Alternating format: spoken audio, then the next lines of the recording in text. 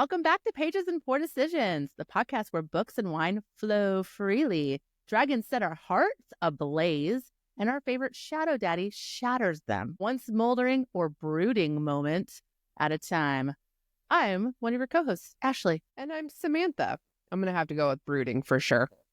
For this episode, we have selected a wonderful red blend by Intrinsic Wine Co. out of Columbia Valley, California. This wine opens with refined notes of raspberry, white tea leaves, a hint of fresh mint, and lavender.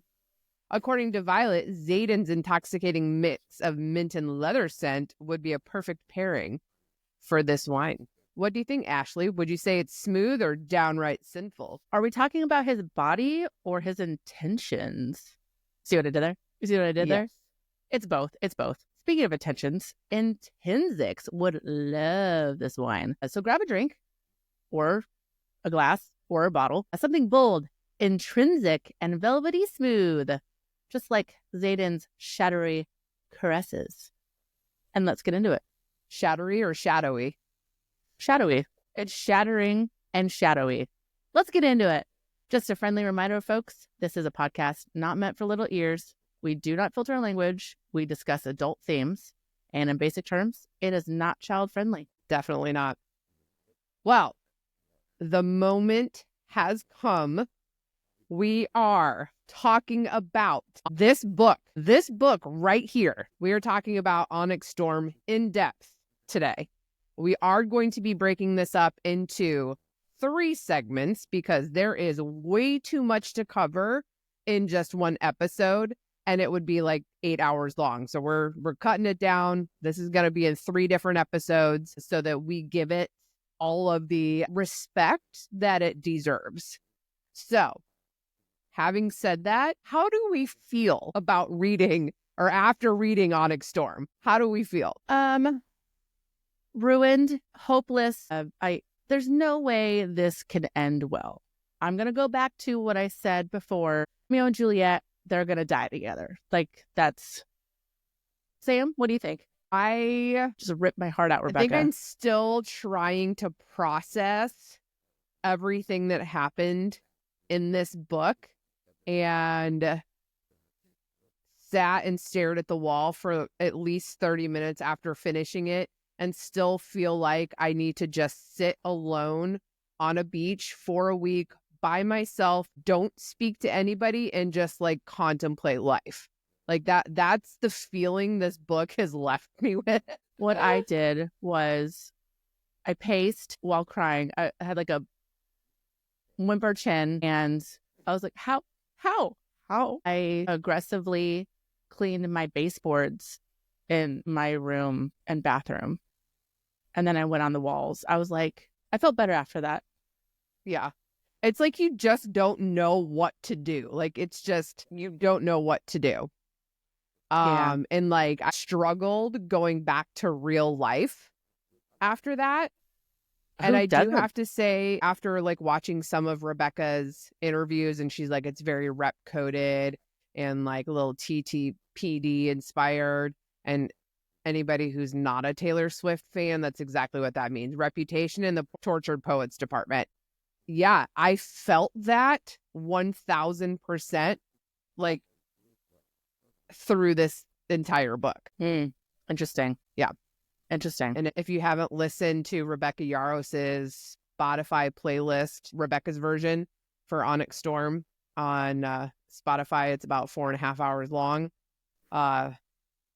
It gets you. It gets you right in the heart. Right in the heart. Right in the heart. It puts you through all the feel skis. So yeah. So we're going to be talking about the first third of Onyx Storm. So cheers. You got to pour your glass of wine, please. I'm on it. All right, that's enough. All right. Cheers. Let's get into it. Woo-hoo! All right. Welcome back to Bad Gaius.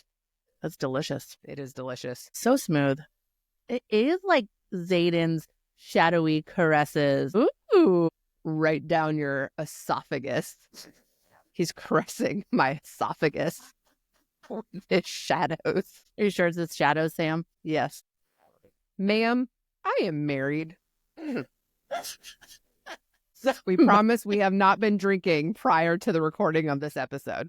All right. We open up. So it gives us a prologue, and it literally leaves off where Iron Flame ends. How at the end of Iron Flame, it's Xaden's point of view, and he's like looking over at Violet asleep in the bed with her tear tracks on her face and is going to hunt down Jack in the interrogation chamber. And so this is Violet's point of view. She hears the door click locked, and she's like, where's this mofo going? I'm going to follow him to wherever he's going. And his shadows have intensified. So she's like following his little like shadow movement down to the interrogation chamber to see Jack fucking Barlow. Jack. God, the worst. He's the worst. And she describes, which I thought was interesting, she describes Xaden's, you know how they have their shield wall, right? And normally it's like a warm, glittering onyx bond.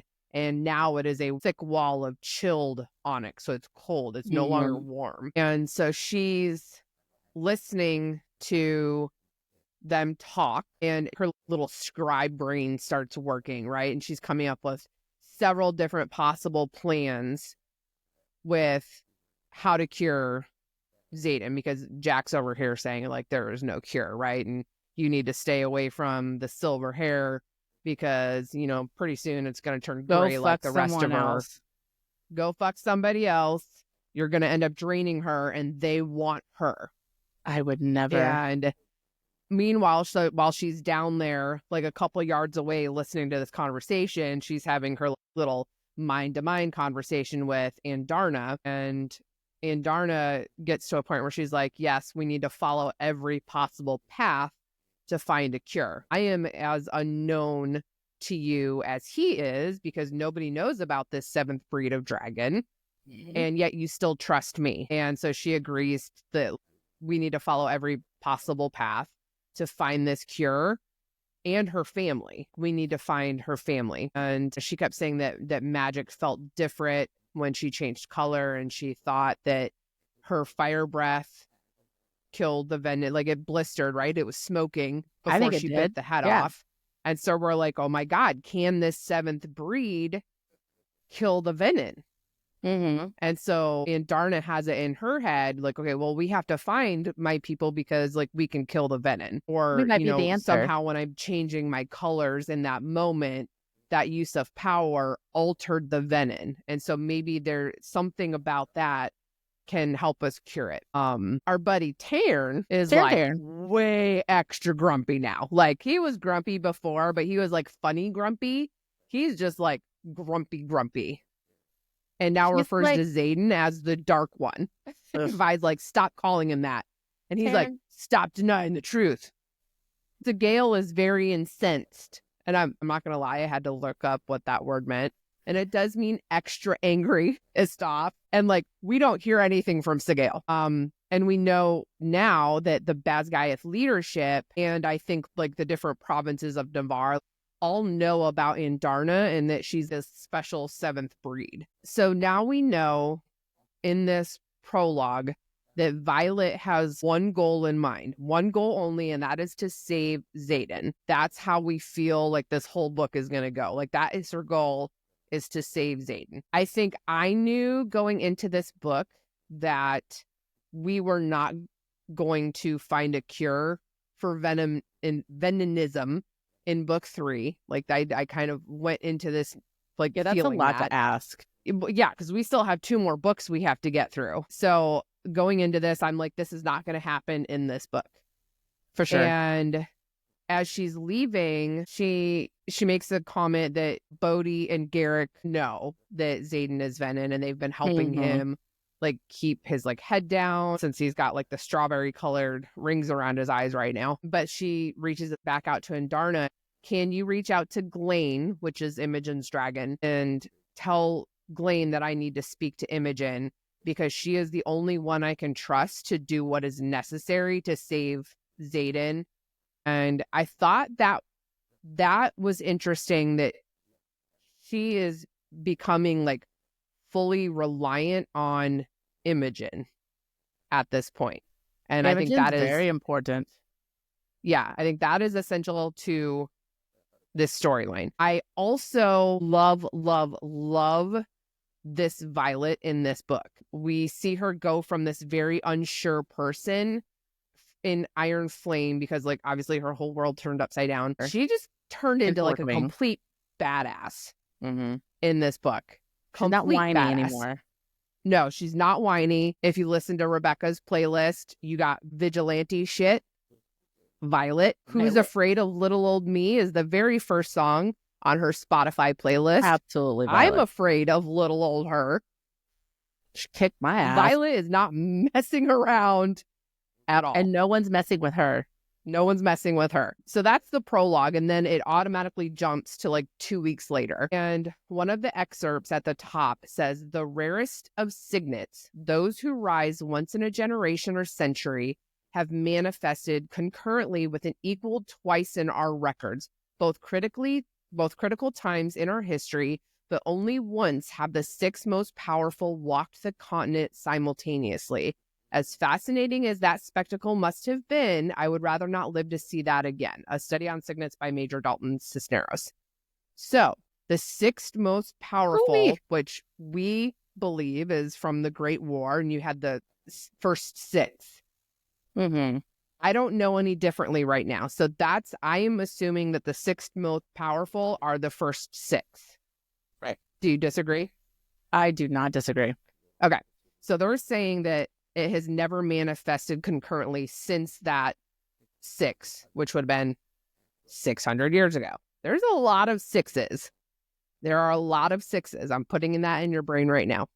We know that two are lightning and shadows.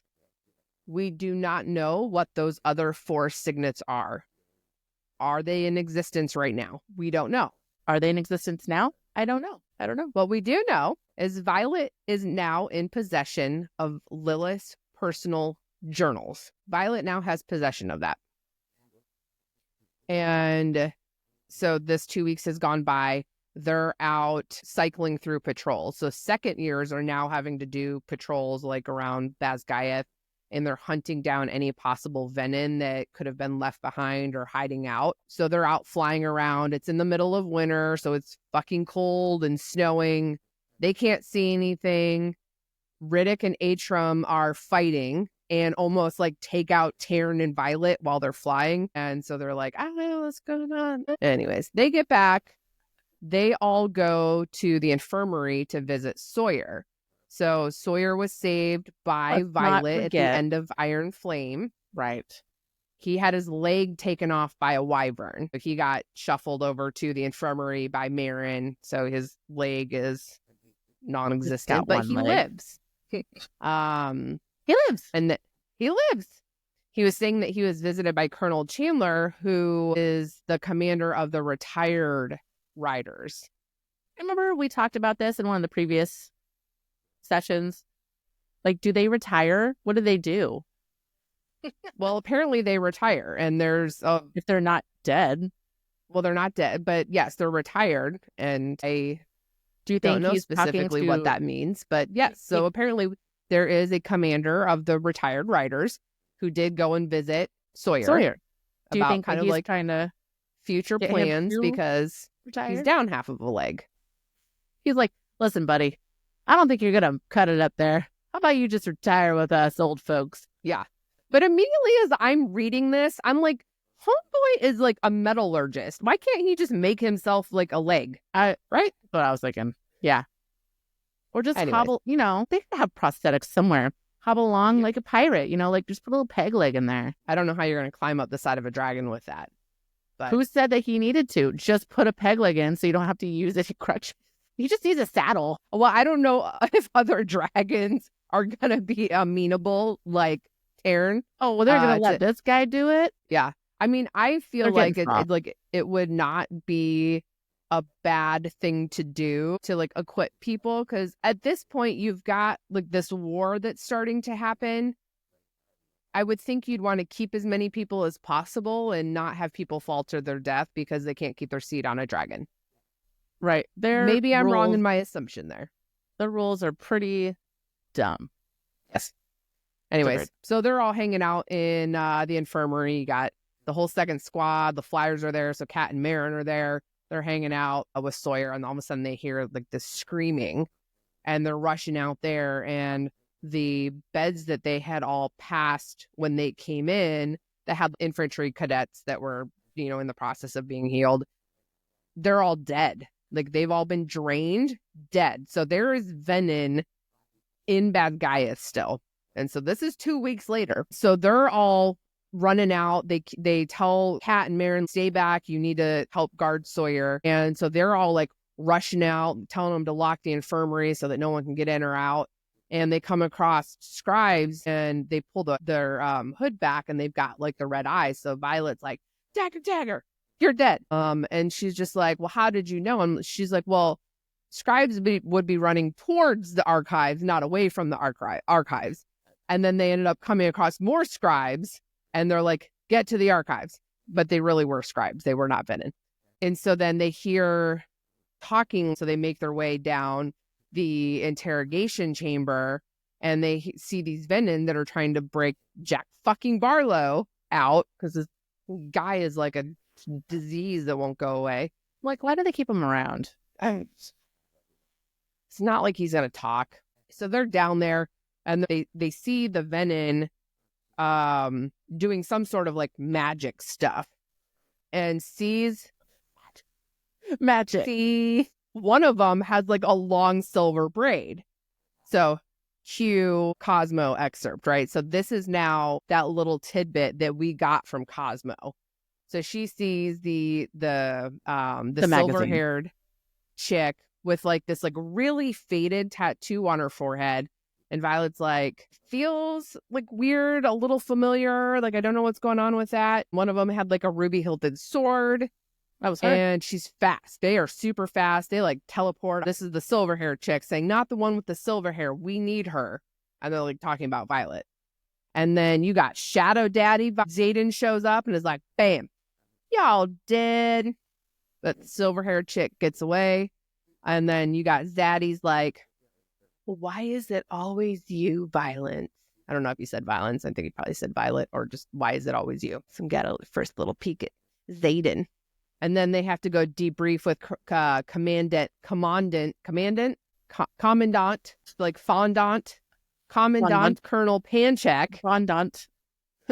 He wasn't even fazed that they were trying to rescue Jack. He's like, okay, yeah, move on with your life, right? Probably happens all the time. A little weird. So like they're walking out and Riddick's like, I totally had him. Zayden's like, you didn't. Riddick's like, well, I was about to have him. Xaden, no, you weren't. I love Riddick, this book. He is so funny. So funny. Yeah. So Riddick's funny. I hope he doesn't die.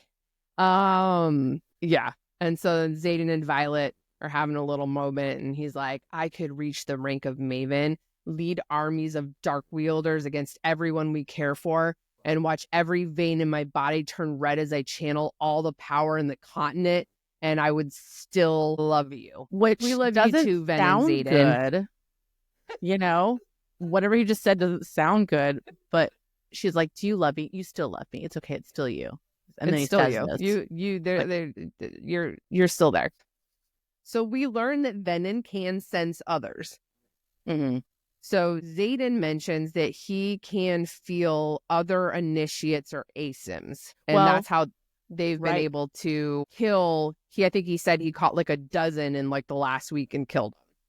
Yeah, he said that he had no idea with the shields up that Violet was even down there. And she's like, well, how'd you know to come? He's like, well, I could sense them. Well, they can sense others. Yeah. Other initiates or ASIMs, yeah. And then he's like, well, are you scared of me? And she's like, scared of you? No, please. He's like, you will be. Ooh. And then looking over my features, like he needs to memorize them. Up and down. And it's a little bit of foreshadowing there. Don't do it. Anyways, so we are now introduced to this thing called the Scenarium, which is kind of like a Congress or a Senate, which has the leaders of each of the 6 provinces. So you have the 6 provinces of Navarre. You've got Elsum, Lucerus, Caldere, Moraine, Tyrrendor, and Deaconshire. Those are your 6 provinces. There are 6 nobles, 6 heads that meet together, and it's called the Cenarium. And usually the king or someone representing the king is also meeting. They're doing this at Basgaeth. Violet has basically started her own private rebellion that nobody knows about, and they need to have a squad task force put together to search for Andarna's den or her breed of dragon where they may have gone, and find allies to increase infantry numbers against the Venin. So that's what she's being tasked with, or is like what she's asking for. She's like, these are a list of Andarna's demands. Like, this is what's required. And the scenarium is like, okay, well, Professor Grady, who was our RSC professor in Iron Flame, he's going to lead this little squad of yours. And now he's Captain Brady, I think. We'll review your list of demands essentially from Andarna. And so we've got the Duchess of Elsum, the Duke of Lucerus, the Duke of Caldere, Duchess of Moraine, Duke of Tyrrendor, which at the time is Llewellyn, and we don't know if it's a Duke or Duchess of Deaconshire. It was not mentioned. So this specific person was not mentioned in this interaction, but this person is there. She gets a missive from Takaris that says you have 3 days to hold up your end of the bargain, which is to get the Cenarium to agree to an alliance with Poromiel and let their flyers into Basgaeth. We don't know what the other end right now of that bargain is. And so we're just like, what does this mean? Right. What did you do, Violet? Violet, what did you do? There were a lot of new people that were introduced at the very beginning of this book. And I'm glad I went through right before and did the reread of Iron Flame. But even doing the reread, you're reading this and you're like, what is happening? Who are all these people? But you have to think from Violet's perspective in Iron Flame. She was like, I can't watch these people die, so I'm not even going to bother getting to know any of these people. And then boom, like they leave, they go to Arisha, they come back in time to fight everybody. So I don't think we got to see that piece of it. And so I think that was probably a little confusing coming into this one. You're like, who's Kai? Like who's this who person? Are these who's people? This person? Right. Who are you? Who are you? Who are you? No, that's excellent, because I was reading it and you were ahead of me by like 7 chapters. And I was like, remind me who this person is. I just went over Iron Flame, but I guess that was a couple weeks ago. Yeah. They kind of go back into it and they're like, here's some other flyers that came with Kat and all of her drove. So I finally got into it. When she gets this missive from Takaris, like she's going to go see him. Like, I need to know what else she's put on the table. And I think we're going to figure that out. And she's going to do whatever she needs to do that's necessary, because she's not going to listen to the fucking rules. We just know that. No, and we talked about that in the last episode, where we're like, she's going to try to seek as much information as she can. Is that going to be Poromiel? Is she going to be able to access historical information in Poromiel? Yeah, probably. So continuing the story, after that, she wakes up in her room in Basgaeth. So they're back in school. They've allowed everyone from who left back into Basgaeth. And Zayden's what did they call them? The deserters or something? You're a deserter. We came back and saved your ass, but you're going to call us deserters. I'd be like, yeah. So Zayden is sleeping next to her, and I'm like, yes. Well, because it's right after the big fight. I feel like it's been months because we haven't read it in months. Yeah. So he wakes up. She's like reaching over and like try to put on her socks or something like that, and he's like touching her back, and then like they start getting all handsy, getting down the hanky panky, and she's like, oh yes, I'll make it out and stuff. And it's just like, how do you want me? So after a while, he's like, I can feel it. I can feel you. It's like, okay, but think about it this way. he's been in, maybe he can feel the power in her if he thinks about it that way. Oh, that's what I was thinking. I was like, don't do anything, don't do anything. And he's like, it's yeah, so bright and hot and fucking perfect. I was like, well, yeah, she is. But I think it's her power that he's feeling. So they started kissing, kind of going a little bit too far. And then she has like lightning striking down, because we know what that means. And then she's like, I can smell some burnt wood. It's like, well, it's probably just from her lightning. Didn't he do like the finger thing that like Cat taught him? Probably. I think that's what it was. And then she's like, thanks. And then, but after she smelt burnt wood, Xaden then grabs a hold of the headboard, and he's got his hands digging into it. And there's 2 faint marks where his thumbs were, of like discoloration, just slightly lighter than the actual wood color there. And it's because he started to channel, and it's just a light bit, but he still didn't. So he's like, you have to stop. We have to stop. We can't. We have to draw the line somewhere. And she looks back. She's like, oh my God. But then she's like, okay, it's just a little bit. No one's even going to notice. And then she looks at his eyes, and they're still normal. Thank God. Okay, so not a crisis averted. I was really worried about that. But the thing is that I find very interesting is that she smelled the scent of burnt wood before he put his hands on the headboard.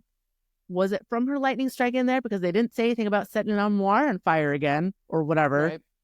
So it wouldn't smell like burnt wood with him sucking life out of it either. So I find that very interesting. Very interesting. Very interesting. Yeah, I don't know if he actually channeled there. I don't think so either. I think that was like he was maybe about to. Maybe. But I'm glad he didn't. So after this whole thing kind of like startles her, she meets up with Mira.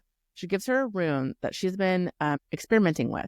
It is, I think it was out of wood. And what she has been doing is they would overlap runes on top of each other of different magics. Like this is a levitation one. This is a sound barrier one. This is a whatever. So what she's been experimenting with is that she would be able to remove one of them or change one of them, and it wouldn't affect the other ones. So she's like, this could be a game changer. So Mira was working with this professor. Her name is Professor Trissa, I think it is. Yeah, she was one of the, I think isn't she on the council or whatever in Orisha? She might be. Yeah, I think she was on the council before, and she was the one that was teaching them the runes. Okay. Yes, I think you're right.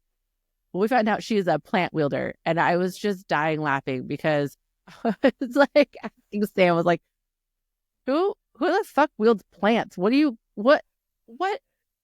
I'm just like I'm thinking of freaking Neville Longbottom for some reason. She's a real herbologist. Yeah. Wielding plants. Take that, Vine. Like, I don't know. I'm gonna throw a plant at you. I mean, it could be good for like poisons and stuff. You know what? That would be good. I think her and Violet should get together and be like, well, I've been doing this to poison my sparring match. My opponent. So anyway, Professor Trissa kind of figures this out, and Mira's been working with her and showed her what they've come across. She's like, this is a game changer. We could do a lot of shit with this. So at this point, they put that in your back pocket. Brendan comes in, and they're talking about how the Eurasian wards are going down, little by little.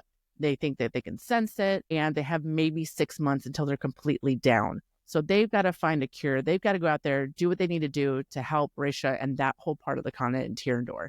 And they come up with, it has not shared with us yet, a plan A and a plan B. And it's to get the flyers that are from Coromil over into Basgiath where it's safe, with or without the Cenarium's approval that they have. They can't do any of their lesser magics, any of the flyers. So this was part of what she told us, that her bargain with Takar says, you have 3 days. You need to get these people in, and the Cenarium will be able to come with a peace treaty with Coromil, and that's would be a way for them to bypass that part, because the King Tory does not want to open the borders to civilians and anyone else outside of Navarre because he's an asshole. So after that, they're in the courtyard or something. They're in between class, and all the people that had stayed there that didn't want to help with the rebellion, even after they found out the truth of Venin and Wyvern. But remember, the Empyrean was split. And so if That's their right. dragons did not let them know the truth, they didn't have a choice. Their decision was made That's for true. them, remember? That's right. Because they said share your dragons, share your memories, share the truth with them. And some of them decided not to because, they were split. I completely forgot about that. So they're the ones that stayed here at Besgaeth, and then the ones that were in Risha and came back. Everyone else that stayed here, I say here, there, I'm not part of them. Fuck them. I would have gone to Risha. So they called everyone who came back deserters, especially Aura Benhaven. That bitch. So fuck that bitch. So there's a lot of tension between the two halves, and Aura was stirring up some shit. She brought someone from the other side, like held her blade to his throat, was like, challenge me or whatever. And this is the first year. It was the first year. He's like your flyers. He's like, I don't fucking know, man. Yeah. He's like, this poor kid I just is don't like, want to die. And so, so she stirred up some shit, tried to challenge them. She's like, you guys deserted us. You don't deserve to be here. And so she's like, they all are like leaving class, like, there's some shit going down the courtyard. Let's go. And they're all just like eating popcorn, watching it. Violet's like, Dane, I need you now. Let's go. And so he tries I'd be over there step drinking in. my wine, watching. I'll be like, what's happening? What's happening? Dane steps in. He's like, everybody calm down. Listen. Try to get everybody to see the sides. And then after a while, Violet's like, this isn't fucking working. I'm going to take charge. So she's like, lightning strike. No, she was challenging Aura, who's a fire wielder, was challenging Dane. But He's Dane got was like, no I'm not doing magic other than touching your face and reading your memory. So like, Signet to Signet, there's no match here. Yeah, what is Dane even doing? How is he even wingling her? Anyway, so he's like, I'm not challenging you. And then Violet's like, everybody shut the fuck up. She's like, hold my beer. This is what happened. You guys decided not to come in. There's Venin and Wyvern. They're killing people. We all need to come together. We're also going to fucking die. People in the back are like Professor Devera and Zayden and some other people. They're all just like, oh shit, she's got a point. You're just watching the Violet show. do like a little light show with her lightning though to like scare her. Yeah. And so then Aura just shuts up. And so is everyone else. So like maybe they're like, oh, I think she's kind of right. Like we should probably listen to her. And Zayden's coming back. He's like, damn, that was hot. And Deborah's like, yeah, don't you guys have somewhere to be? Go to fucking class. But before you go, I'm just going to tell you. I need to talk to you. Before you go, I'm going to tell you that the last time a Shadow and Lightning Wielder fought side by side, they managed to drive Venom back to the Barrens for a few hundred years. And so she's like, oh shit, we can do this. We can do this. So after this, we meet Halden. Halden is the older brother to Auric, who is Cam in real life, but he's Auric for our purposes at Besgaeth. So he's the other son of King Tori, who was the twin of Alec. Alec was killed by Zayden during threshing because he was bullying or attacking Garrick, so he just unalived him. And I'm not sure Alden knows that, but I know that Auric does because we saw that. I don't think Halden does. Last book. Right. So or else he would have been a lot more, yeesh, don't want to be on that guy's bad side. Halden is here because he has a seat on the scenarium, and it's in place of the king because the king has a seat there, but or he's like the final say. He can't be bothered to come to these meetings because it's beneath him or whatever. So Halden is there in his place, and now they have signed together as Sam called it, a Congress, if you will. The Treaty of Eurasia. So Zayden is now on the Scenaria board, the board of directors, and he's now been crowned the Duke of Tyrandor. He reclaimed his title. Reclaimed it. Yeah. Yep. And part of this, which I know they'll get into, but he got his father's sword back. There's more to that, I'm sure. He's got his father's sword back from the king. So he's got that going for him. And Exciting. you're right. So she's like, "Oh, I'm so happy for you. Oh, you're a Duke now." Riddick comes chiming in. He's like, "I want to be on the Quest Squad." This is the task force. The Quest Squad. The task force that they were putting together to go search for Indara's seventh breed. Anyway, he's like, "I want to be on the Quest Squad." Quest Squad. So it's like, it's not a Quest Squad. Stop calling it that. Stop trying to make fetch happen, Gretchen. So the group of them sneak into where the War Stone is at Basgiath because they want to tamper with it. They want to, thank you to Mirror's rune that she gave her. They ran into her. She's like, "What are you guys doing?" She's like, "What do you think we're doing? Do you think you're going to change some shit on the War Stone? Maybe. All right, well, fuck, I guess I'm going to do it with you because I taught you how." So they alter the runes on the Ward Stone in order to let the flyers wheel on campus, therefore allowing the other flyers from Port-Emil to come to Basgiath. And what they did was... I love that scene, though, when they're in there. They're like, did that work? Because they like kidnapped Marin and brought Marin down there. And they're like, they didn't tell her anything. No, they didn't tell her anything so that she wouldn't be an accomplice. They like literally hijacked her and was like, "Don't ask questions. Get your ass down here. I just need you to hold this rock." I like how she was like totally okay with it too. She was like, all right. Just come over here and hold this. And then Brennan's down there. Did it work? I did Brennan. They're all just a bunch of kids and I fucking love it. Yeah. So they figured it out. So they pulled out one of the wards, leaving the other one, like everything else in place to keep Brennan out and replace it with something else so that all the flyers can wield. And it works. They're like, "Okay, let's go back. No one has to know. Let's go back about our business." They go to class. Everything's fine. Bam! Opens the door. Daddy Ados comes waltzing in. But Thorngale to the principal's office. She goes out over there and she's like, "Fuck, I'm in trouble. It's okay. I did this by myself. This is me. It's fine. Everything's fine." And I love, this was like the first time that she got like really like authoritative, like with her squad. She was like, "You will stay put." And I was like, "You okay?" So Atos, since he's in charge now, they all have to follow his orders. So he takes her and he's like, "I'm taking you to have a trial before the Sanarium. The whole time I was talking to Sam, we did a FaceTime tandem read. So like 5 hours so on our phones together while reading it. I was like, "What is this?" It was longer than 5 hours. No, I know. I think our longest stint without hanging up was 5 hours.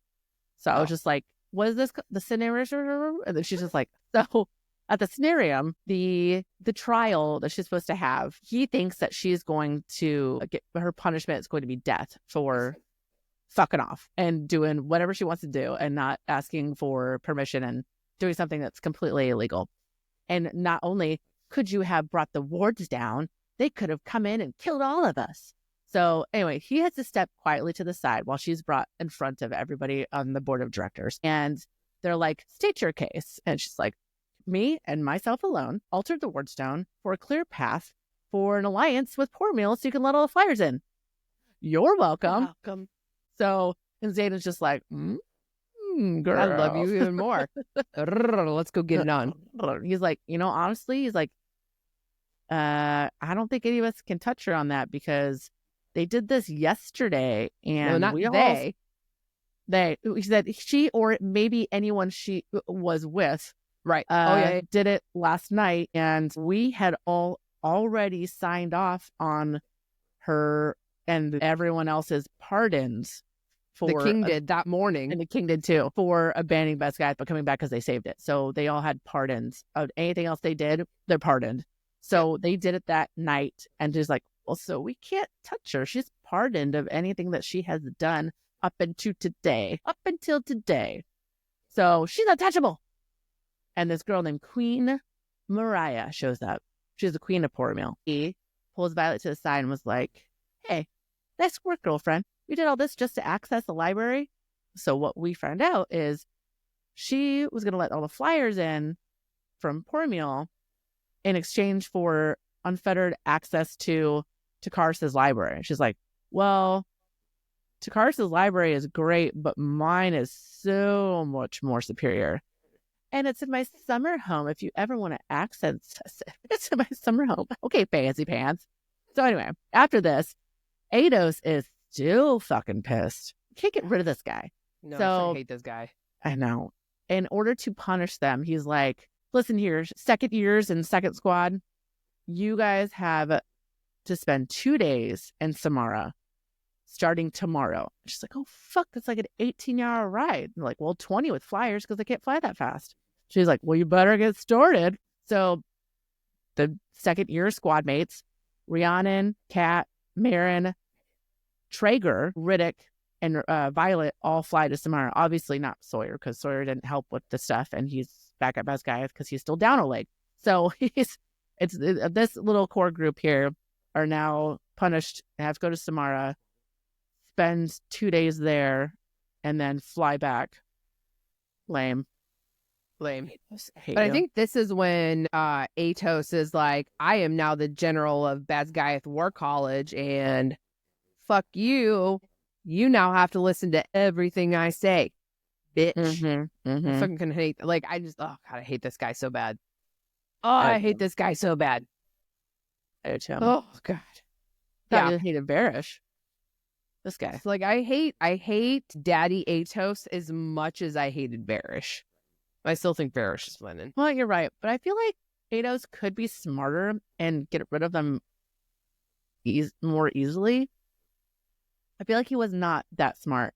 Now he's like, I'm just going to punish you for a 2-day ride. Really? Do your worst. Yeah. So they go to Samara, which is the front at this point. And from Iron Flame, we know that Xaden used to be stationed here. So they get there and they have Lieutenant Colonel DeGruncy, I think is his name. It's not DeGrassi, DeGruncy. Yeah, DeGrassi. He's like, I don't know what the hell you did to piss him off, but I'm not going to put you in danger. So, like, please go take a rest and then, like, find out how you can make yourself useful around here.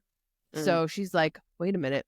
She's like, I know where we can go, and goes up to Xaden's room. Because I think, isn't that where he was stationed when he deserted and, like, went and dropped the wyvern everywhere? Yeah. To save Violet. That was his place anyway. So he, I don't think, would have ever gone back and, like, de-warded his room. So his room still has all the wards on it. Are you kidding me? All that shit was going down. So she's like, we'll just go here. And so she's able to pull them in one by one into the room, and they know that they're not going to be, like, bothered in there, and the room is warded. And so I think she's sleeping next to Rhiannon in the bed, and, like, everybody else is kind of, like, spread out around the room. And then she just starts having this crazy, like, nightmare where she's in a room and Kat is there, but she's, like, digging through this trunk, and she's like, I have to find it. Like, the whole place is on fire. And she's like, no, like, we need to go. Like, she's like, no, you need to leave. You're, like, the future queen of Tyrandor. And so she's, like, confused as to why she's telling Kat this, and, like, she's digging through trying to find this portrait. She finds the portrait, and then all of a sudden she sees the people that were in the portrait standing in front of her, like, engulfed in flames, and she's, like, freaking up, like waking up, like, freaking out. She's like, what the hell was that? Like, she didn't recognize, obviously, any of the people in the portrait or that were on fire. I have to save them. Yeah, and she's like, what does this mean? I'm so confused. And Rhiannon's like, are you okay? Are you okay? And then everybody starts waking up, and they're out in the hallway, and they find out that a nearby village, Newhall, is under attack. Or we don't know if it's by Venom yet. They just said there's a lot of smoke and stuff coming up. And Marin is like, oh my God, that's where my family lives. Like, that's where they, like, when they left Zolia, like, that's where they went. Because it's, like, a tiny little town. So she's like, I have to go save my family. So they go.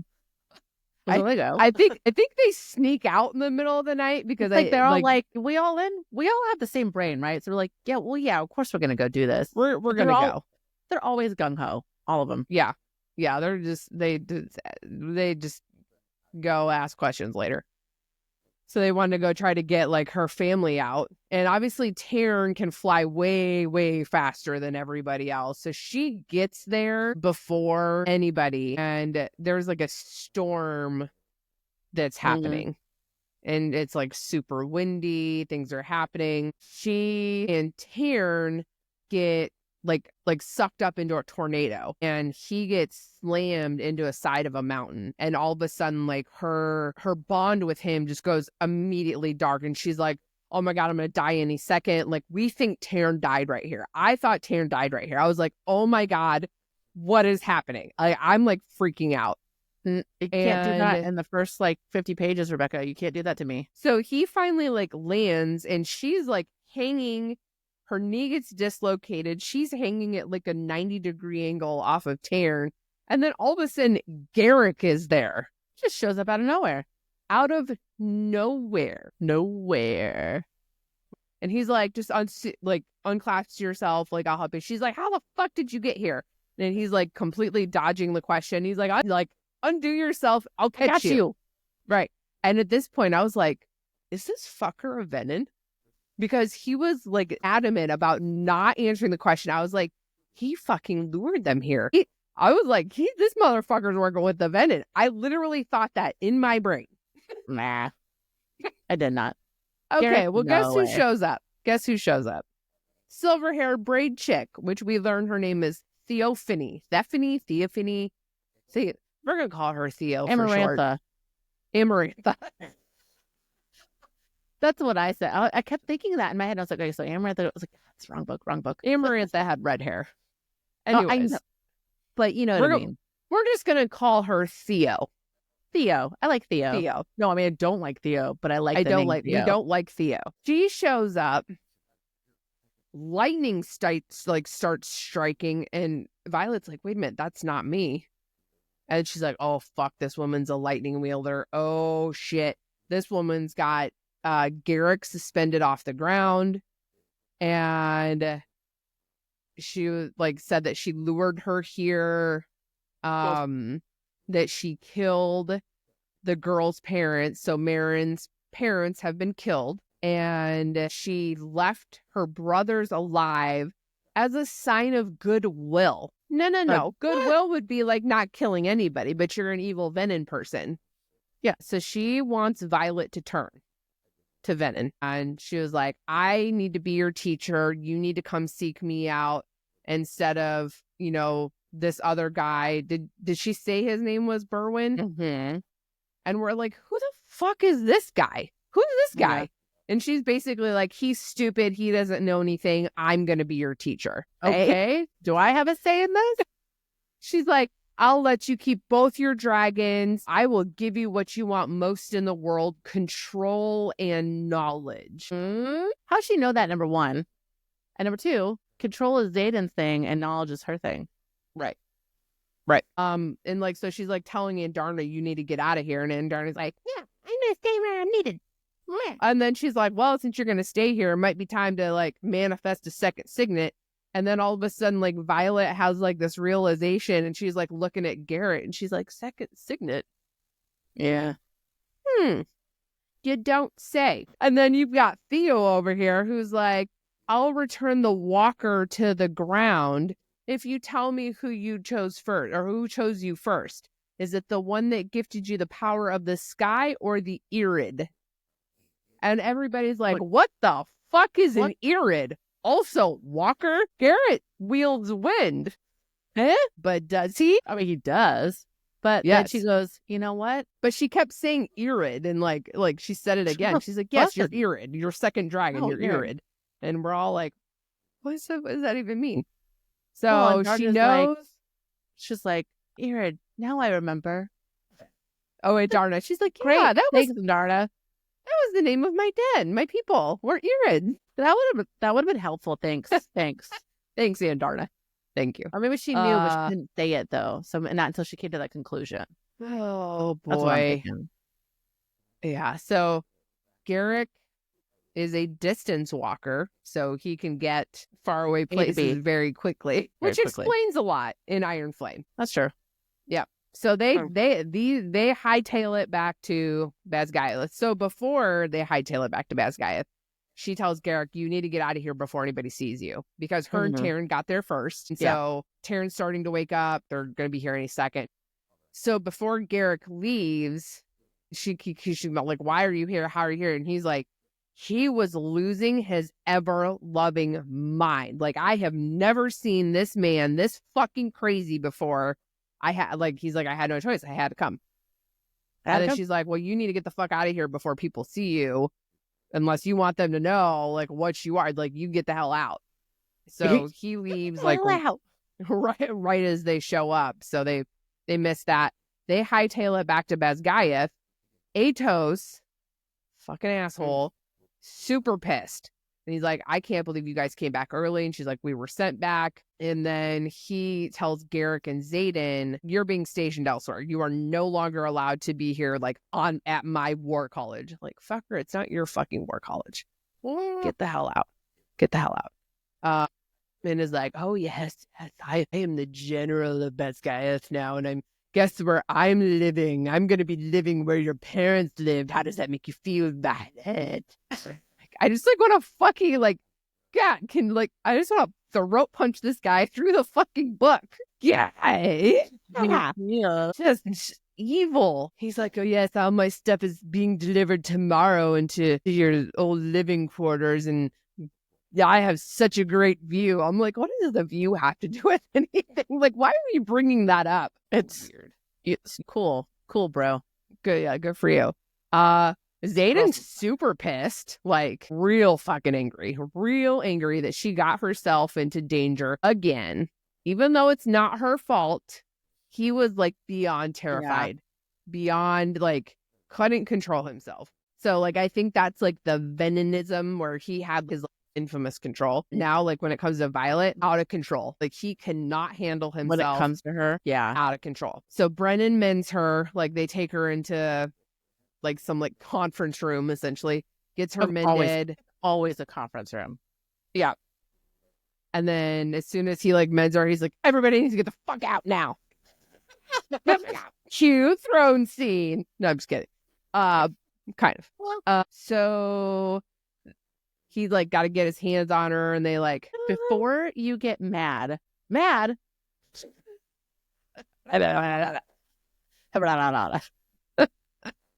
And then so they decide at that point they've got to draw the line at kissing so that like shit doesn't get out of hand. And I think like he had like a moment where like his like shadows like went like fucking crazy, and she's like, well, that's new. That's true. That's right. Well, that's interesting. Yeah, so then she ends up like rehashing everything that happened at Newhall, and then tells him about Theo. And then the next week, Theophany. I think I don't fucking know. I just like, can we call Rebecca and be like, how do you pronounce this? According to audio book, it is Theophany. Theophany. It's not Theophany, because I feel like that's really stupid. No offense. Theophany. Rebecca, no offense. Theophany. I will do Theophany if that's what you designed. Theophany.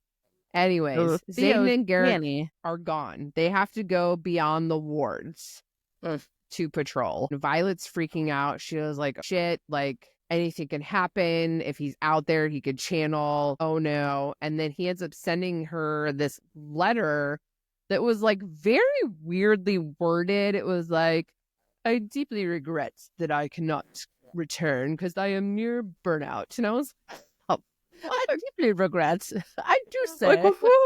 Like, who talks like that? This isn't like freaking like 1800s England. Could be. They don't have technology. We don't know. That's true. That is true. Boats and horses and dragons. Fair. So he sends her this letter, and she's like, oh, this is coded. He obviously channeled while he was gone, so he's not going to be back for 8 days. And so she's like, shit. Tells Imogen. And then her and Imogen go and visit Jack fucking Barlow. And she's trying to get answers out of Jack. Mm-hmm. So she goes down there with a alloy medallion, which has been imbued, so it's got some magic in it. She goes down there, and he's like, this guy is near fucking dead. Like, another week, and he's going to be dead. She's got this little alloy medallion, and she sets it just out of reach. And she's like, I'm going to feed you if you give me some answers.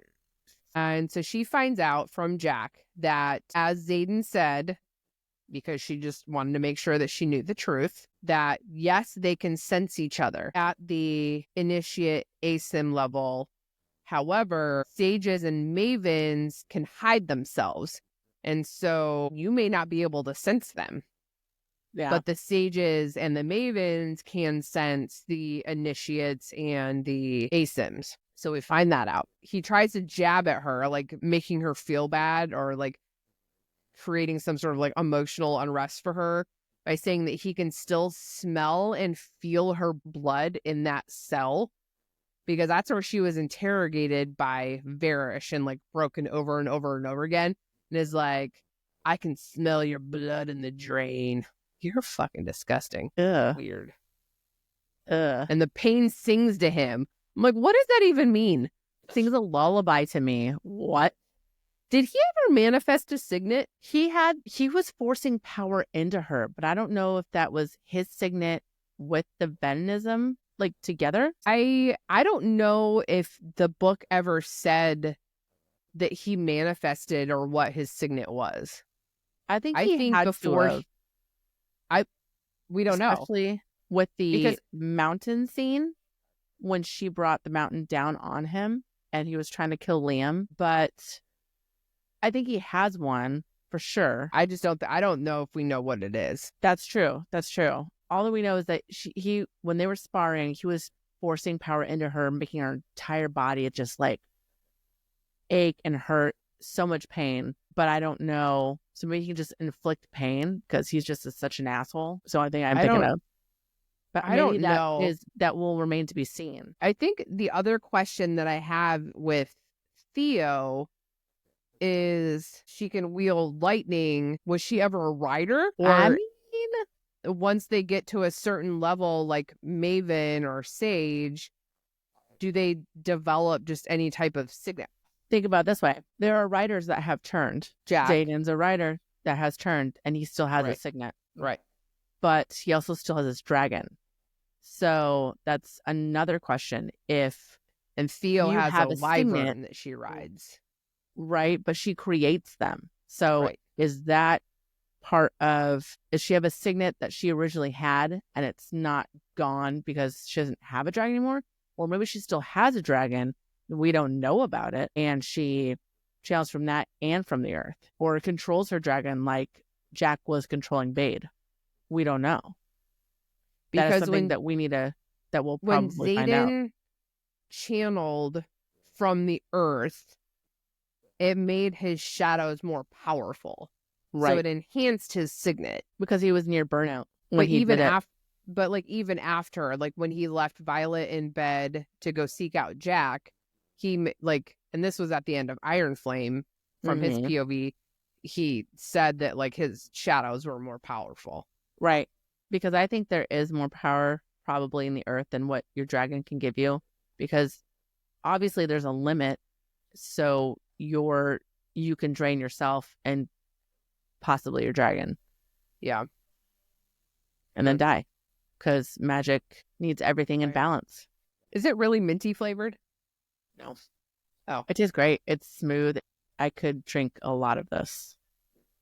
Yeah, those are smooth. There's no bitterness. It's just Xaden's caresses. It's like, I could just imagine every time that he does it, it's just like soft shadow caress.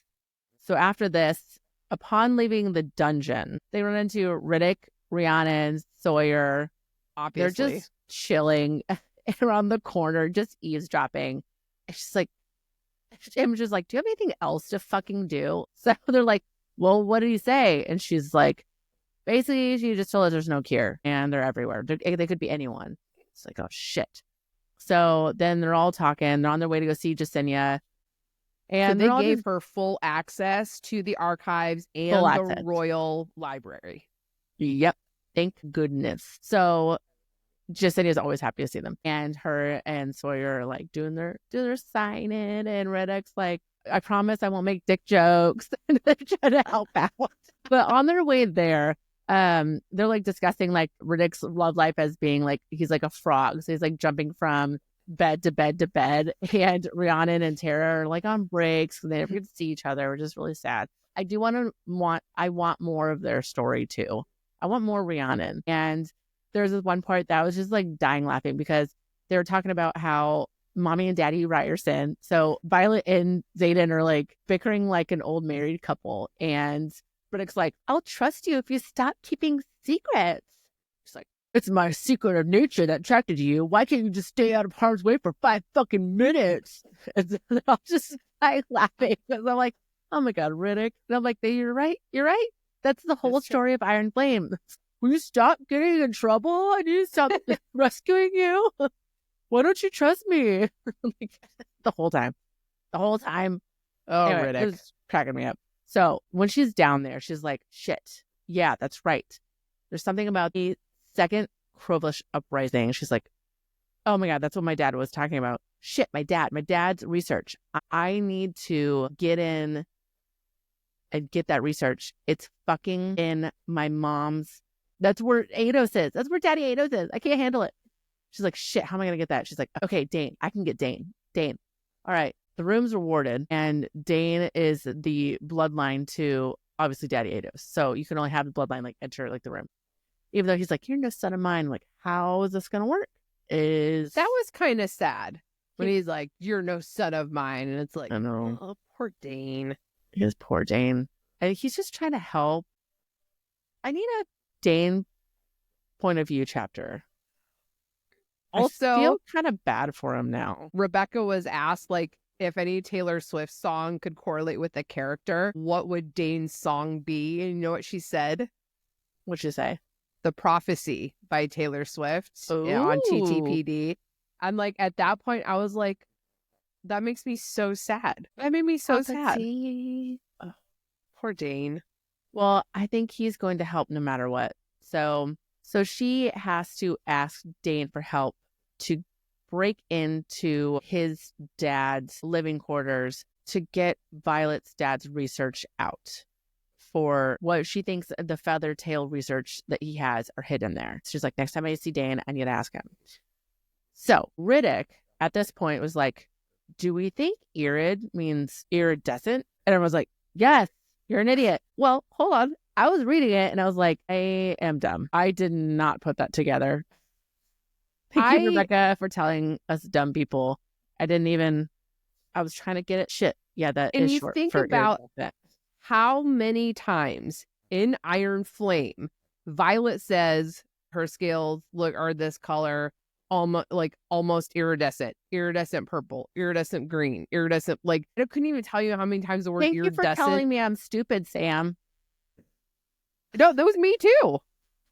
So you didn't put together either? I'm like, what the fuck does irid mean? What does irid mean? And then when he's like, do you think it's iridescent? And I was like, do you think she asked people? She's like, what's an irid? She's like, put in this line. Thank you for doing that. Because yeah, I was like, what? Thank you, Riddick. So they're in battle brief like 3 days later. Professor Deborah, she's like, whiners don't wear black. Read the book and live, or don't and die. Like, I don't give a shit. So this is in reference to the Guide to Vanquishing the Venom, a Venom compendium, and Dark Wielders, Dark Times. Dark Times. Dark Times. Harry, Dark Times. Also, the Dark Wielders, Dark Times was written by, it was like Kat's cousin or something, because she makes a comment about, oh, that was written by, it was like someone in her family. I don't know if it was Drake. A Cordella? Yeah, it's a Cordella. Okay. That's fair. All right. Well, so she's pointing out, like, also, death is no longer an acceptable outcome when you face your classmates. You cannot kill them anymore like you did back in the day when we were doing normal best guys shit. So no one's dying here. We need everybody here, and we all need to figure out how to fucking defeat these Dark Wielders. Which is like the opposite of like what the war what college they're trained was built to do. on. They're like trying to weed out the weakest people, but like obviously you need to have everybody you possibly can. Everyone. So keep everyone, as many as people as possible, right? And then she's like, also, while we're doing this, you're going to learn how to hone your signet in sparring. So you have signet on signet matching. Welcome, Professor Ryerson. What? He's my teacher now. Excuse me? She have Are we going to have some like dirty teacher-student sex? Like, well, I mean, dirty they kind of do, right? Venom sex? Like, oh, shit. That's a whole nother level. I'll watch that porno. So Zayden's now a professor, right? And it's the Signet sparring class. And according to the codex, a professor or anyone else, a cadet, cannot have anything going on. Any relations. So they can't fraternize. And Violet's like, shit, I think our relationship just ended. And she said that over the mental bond. And Zayden's like, absolutely fucking not. I do not accept. I love Zayden. And she's like, but seriously though, like in front of people, we can't do this. This is against the rules. It's like they live or die by the codex. Like, codex that's it. Fucking followers. Could you imagine if Amber Mavis was there? Nope. At least Dane is kind of flexible now. So he tries to sneak around. It's like, I'll come over after class. But Ados has people like Aura fucking Benhaven following her around and some other people like that. Following her around, making sure they don't touch each other. Like, oh, I'm just waiting for you to leave class. I'm just following you to your next one. I hope that's okay. She's like, can't break the rules. All right, I'll see you later. He's like, we'll make it work. Don't you worry about it. They are forbidden. And apparently Sam thinks reminds her of Professor Umbridge in Harry Potter, where she's trying to keep people separated. They're like making out in the hallway and she's like zaps them and they're like separate by like 4 feet. And like whatever little task force she assembled. Oh, that's I don't right. God, I don't remember what the name of it was, but like most of them were like Slytherin house people. They were trying to catch them in like the room of requirement and stuff like this. Right. Like Aura Binehaven obviously belongs in Slytherin house. So Dane agrees to breaking into his dad's place to steal Violet's dad's research contraband. I'm worried because he's like, do you trust me or do you not trust me? I gotta go fucking do this. And she's like, well, shit, the fate of the world and all this shit is up to Dane. I have to trust him now because hopefully he won't go to his dad and be like, look what I found. Mm-hmm. And I'm like, I think we're all thinking it. Don't fuck us, Dane. Don't fuck us, Dane. Don't fuck us. Do not come for us, Dane. I will come for you. He said his dad's going to be gone for 24 hours, so it has to be now. Then the Quest Squad convenes. And they decide who is going to be on the squad before they even decide to go out and where to go. So Quest Squad convenes. They decide who's going to be on the squad before they venture outward. And it consists of this guy named Captain Henson, Lieutenant Hugh. Well, I had to look up how, I was like, is it Puh or Pooh? She's like, Pug? You. Okay. Lieutenant Folly, Cadet Sorengale, Violet, Cadet Benhaven, Aura, Lieutenant Wilshire, New, and Lieutenant Ryerson, and Professor Captain Grady, if you will, the previous RSC professor from their RSC field training in Iron Flame. So all Navarian, and there are no Orishan or flyers in this group, in this core group. And at least she has Zayden, so that'll be fine, right? That'll be fine. So Grady wants to go north to the vicious Emerald Sea, where people, they disappear. They don't come back. Anyone who goes out there, they never come back. He wants to go north. But Violet's like, no, I think we need to go south. She has like this pull. It's like something about south. I gotta go south. There's something about it. I gotta go there. And she wants to go to the Isles. And she's like, I think the 7th breed might be down there. And Donner's like, I don't fucking like the cold. So yeah, I think my den is from the south. Like, I like the warmth. So let's go there. So yeah. A few of the squad agrees with Violet that they should go south. But Grady is an asshole. So he's like, no, we're going north. So, in a few days, we'll figure it out and we'll all go that way. She's pissed. She tells everyone, she's like, this is so stupid. I know we need to go south. How can we figure this out? So after this point, they have their first sparring signet class with Professor Ryerson. I think I need a shirt that says Professor Ryerson. It's super sexy. Oh, we should. We should make some. Done. So Zayden is challenging every individual in the class. Come at me, bro. Show me what you got. You need to come try to kill me. We need to have one-on-one signet training. And he's like kicking everyone's ass. Also, it's Zayden. But I mean, I guess if you want to be the best, you got to beat the best. The last person he brings up, he's like, no exceptions. Sorry, gal. Get up here. You got to do it too. So she's like, okay. Surrounds her in complete darkness. There's like apparently some of these darkest shadows that he has, he says that are his strongest. He's like, I can always find my own. And he's like whispering to her, caressing her, find me violence. She's like, oh, okay. And then she's like, okay, I'm gonna bring my lightning down, scattering around. And then he's like, I'm done, peace out. And then she's like, what what just happened? I don't know if he's like scared of her, but that's what Riddick thinks. He's like, oh, did you just see Violet? This fucking got scared of lightning, peaced out, just left her fumbling in the dark. She's like, I don't think that's what happened. So during this though, she's like, why me? And he's like, because you're the only one capable of killing me. Which, you know what? It's true, but is it because of the lightning? Is it because he keeps saying something like, you'll be the death of me? I don't know. All of it. So the squad goes on a Quest little... squad. I'm just kidding. Quest squad. Not the real Quest squad. Yeah. It's the second squad. They go on like their little trip to Shantara, which is the little town where they go to let off some steam or whatever. The tavern is called the Six Talons Pub. Another six. Store that in the back of your brain. Vi is enjoying her lavender lemonade because, you know, she just can't resist. My lemonade? She's like, sip of my lemonade. She's like, she didn't learn her lesson. She's like, you know, more please. Like, bitch, come on. Drink a beer. What is wrong with you? Clearly has not learned her lesson. It's been like 6 months. But she mentions that it tastes bitter in her throat instead of sweet like it normally does. Well, obviously, don't fucking drink that shit anymore. What's wrong with you? Drink something else. Yeah. No, if I like had that, was drugged and was beat for a week, hell no, I would never be touching anything with lavender or lemonade. Yeah. Anyways.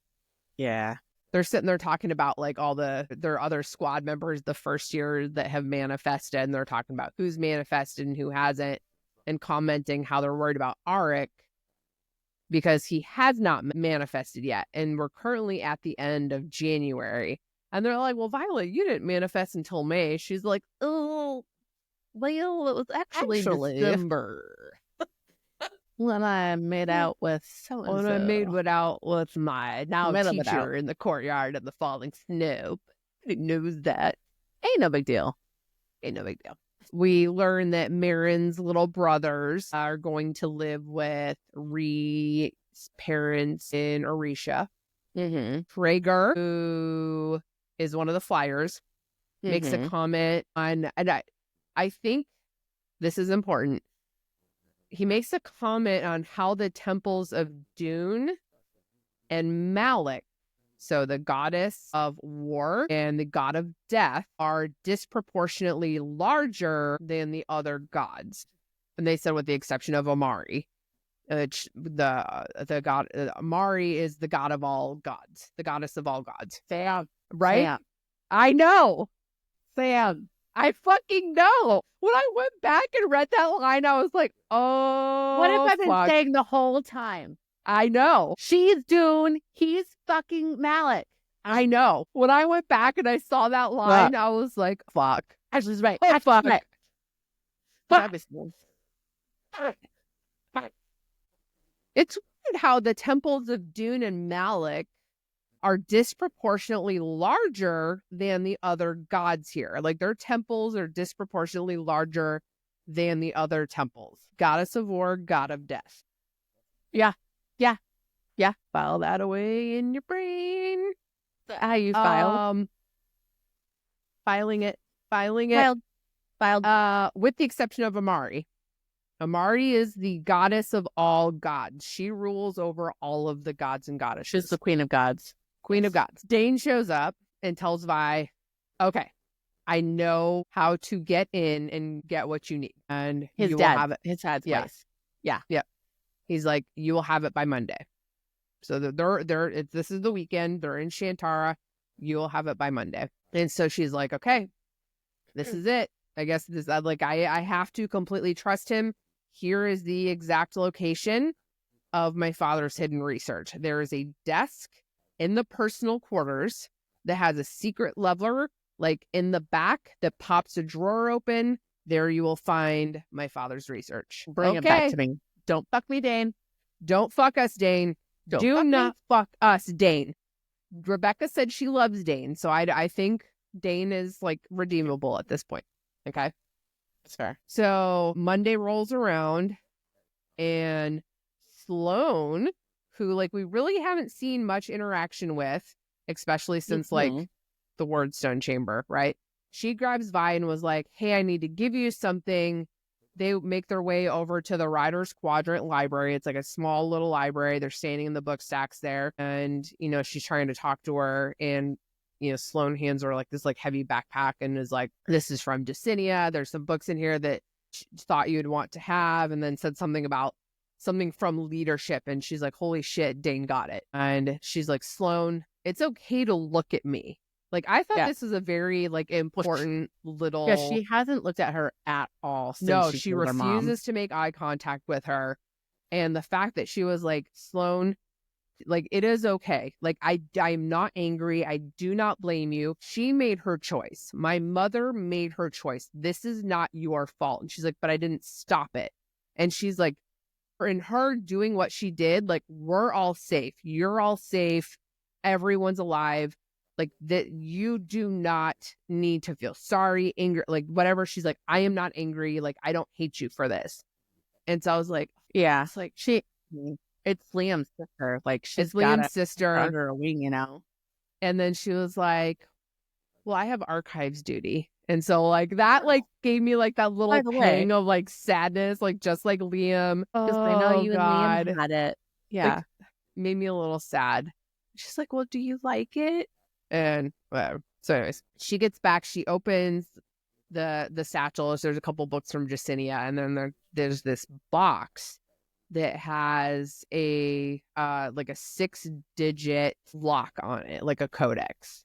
It's basically the codex from the Da Vinci Code.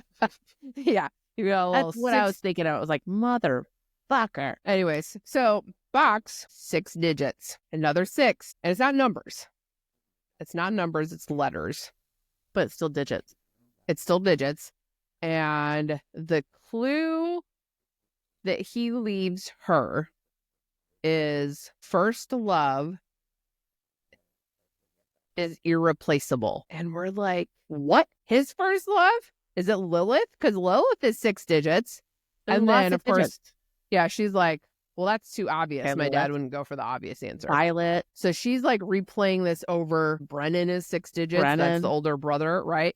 So she's like replaying this over and over in her head. And so she doesn't try to open it right away because there's got runes on it. And if it's like if you don't enter it right, then there's runes like vials activate of liquid and inside. then like the liquid ink like ruins everything inside. Right. So she's like, I have to get this right. So box is sitting over to the side.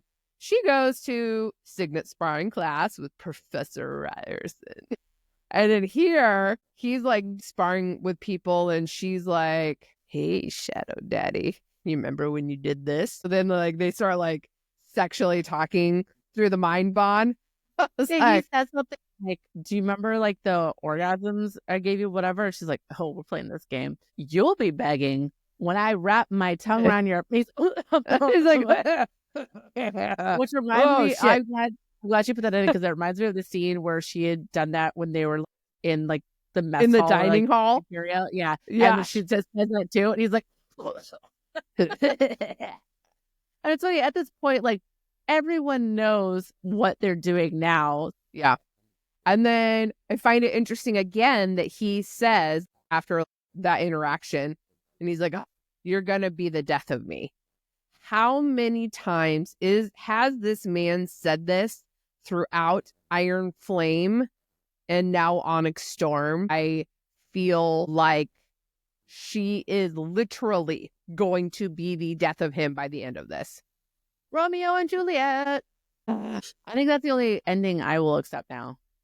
Romeo and Juliet. No, I want them to grow old and have little babies, whether they're venom babies or not. Like, I want them to have little and like live happily ever after. No, I refuse.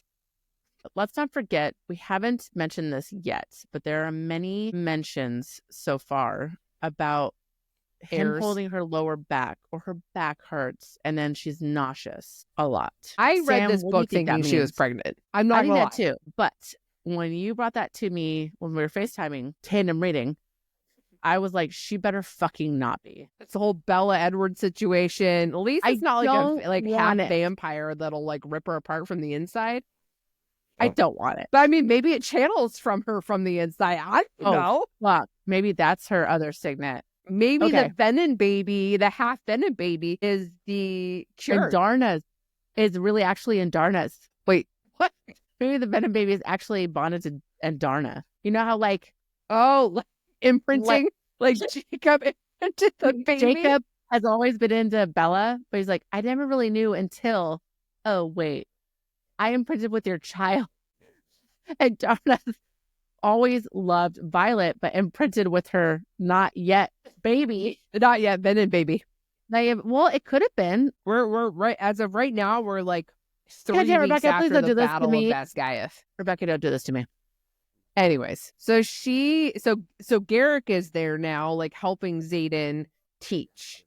So it's not just Xaden, it's Xaden and Garrick, and they're both teaching Sigma Sparring. And so she has to go against Garrick, but she's like, you know what would be a great idea? My whole squad's gonna battle you. How about that?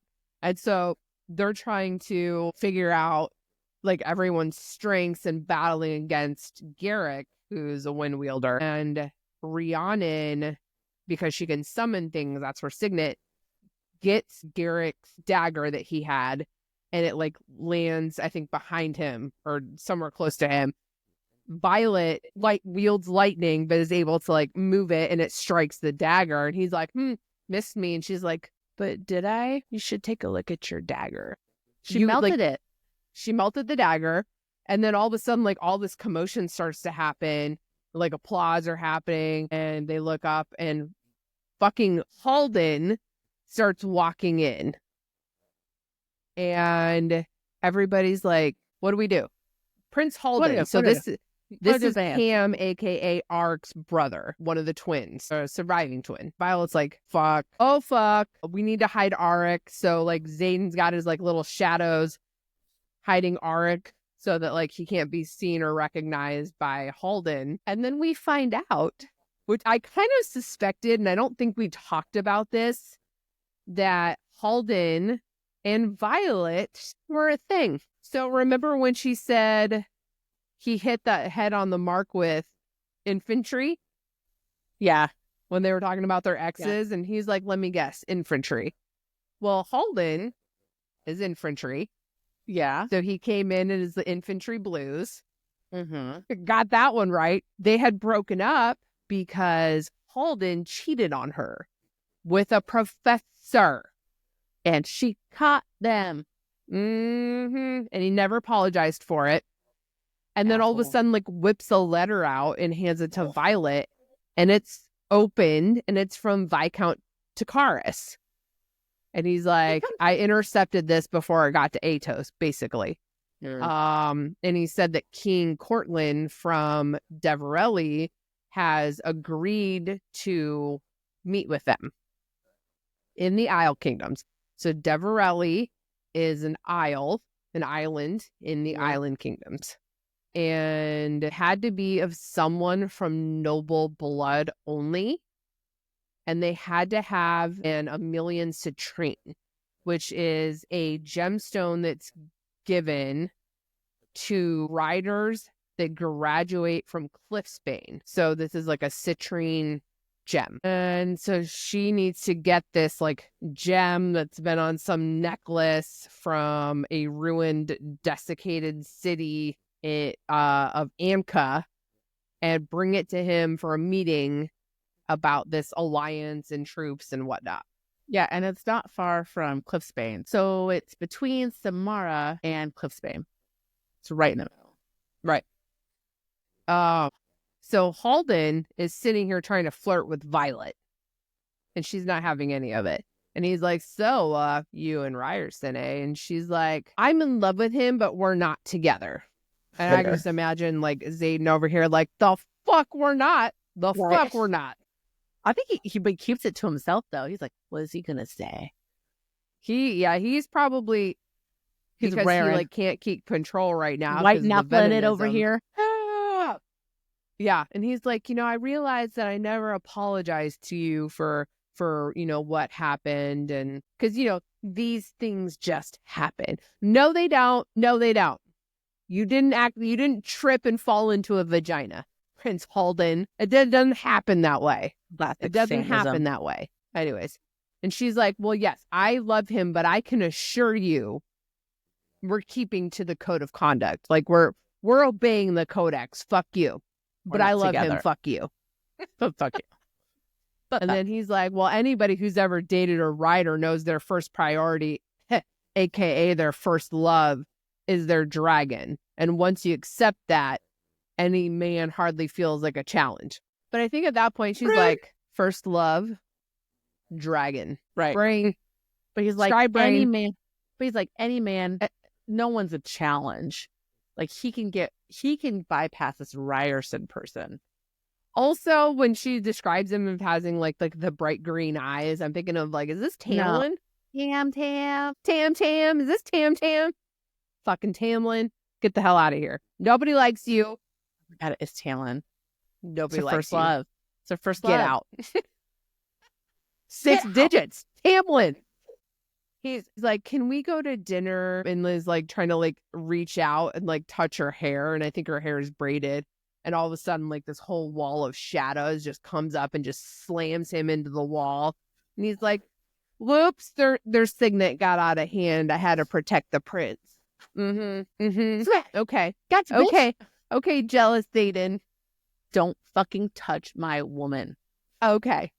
Don't touch her. And then, of course, Violet's scribe brain.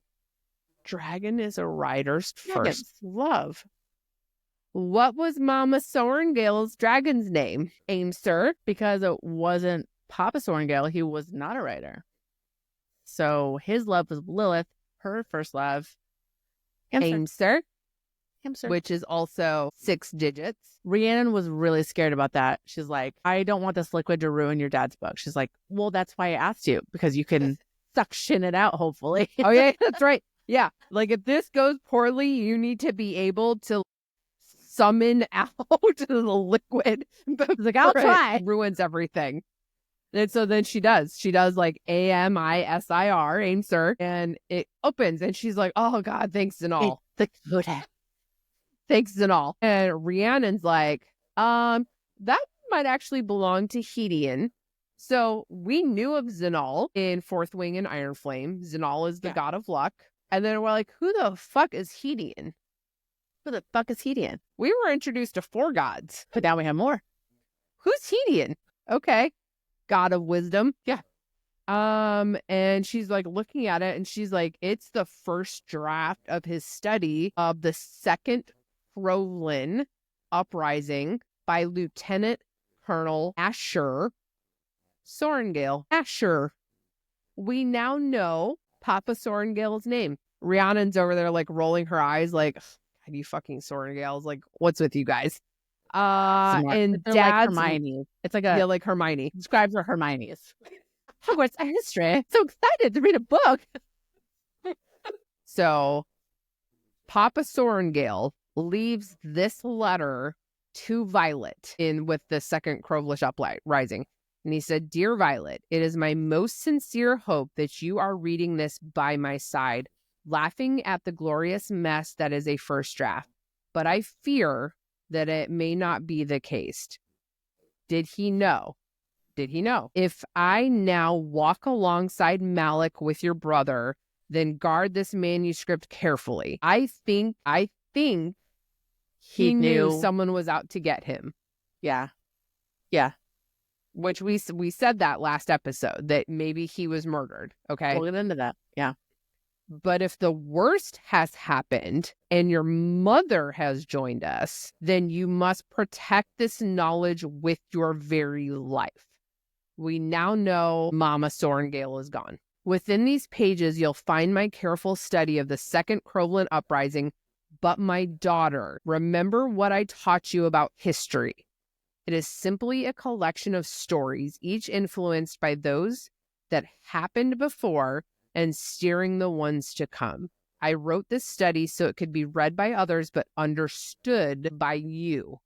I think he speaks in code. If time is sweet, peruse at leisure. If you find the connection between the uprising and the pursuit of feather tails to be both alarming and enlightening, but if time has indeed run out and you seek the weapon to defeat those you've only learned about through lore. So I think Papa Sorrengail wrote the Fable of the Barons as a guide for Violet. Okay. That's why it's not widely distributed. Yeah, I think he wrote that for Violet. Then abandon your robes and ride for Corden. So he's assuming that she went to the Scribe Quadrant. Corden is where Viscount Takaris is. Uh-huh. You have always struggled with Crovelish, but I made sure Dane would be capable should you need him. So now Dane is fluent in Crovelish. Violet is not. Okay. Should he choose not to cross the parapet this summer, if he follows in the footsteps of his father, you must find the strength to let go of your affection for him. From Corden, book passage to Deverelli, you will be safe beyond the reach of magic there. So Papa Sorrengail knew there was no magic in Deverelli. But also said to abandon your feelings for Dane if he follows the footsteps of his dad, which makes sense. But I'm thinking, like, is there another reason why he would say something like that? I don't know. Because he says, and quietly seek out the merchant Narelle Anselm, which we don't know who that is. Take her the rarest item you possess. Be sure it is truly exceptional to be given what you need. Do not send another in your stead. Should you travel under the banner of Navarre, beware of their king. He bears grudges and speaks only in profit. I'm so sorry this falls to you, my brightest light. Yeah. Trust only Mira. Love, Dad. So correct. You can only trust this one person, especially if your mom's gone. Goosebumps.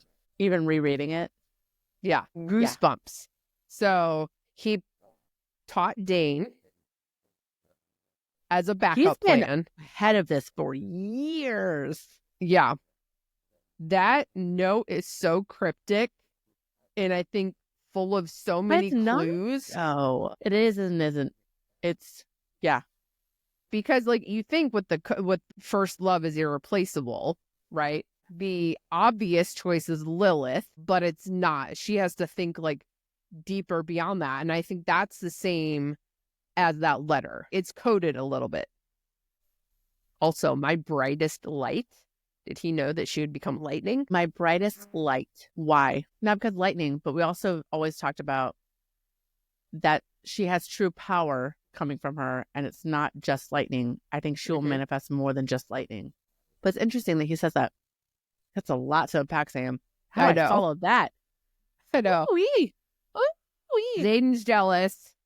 Violet has a letter.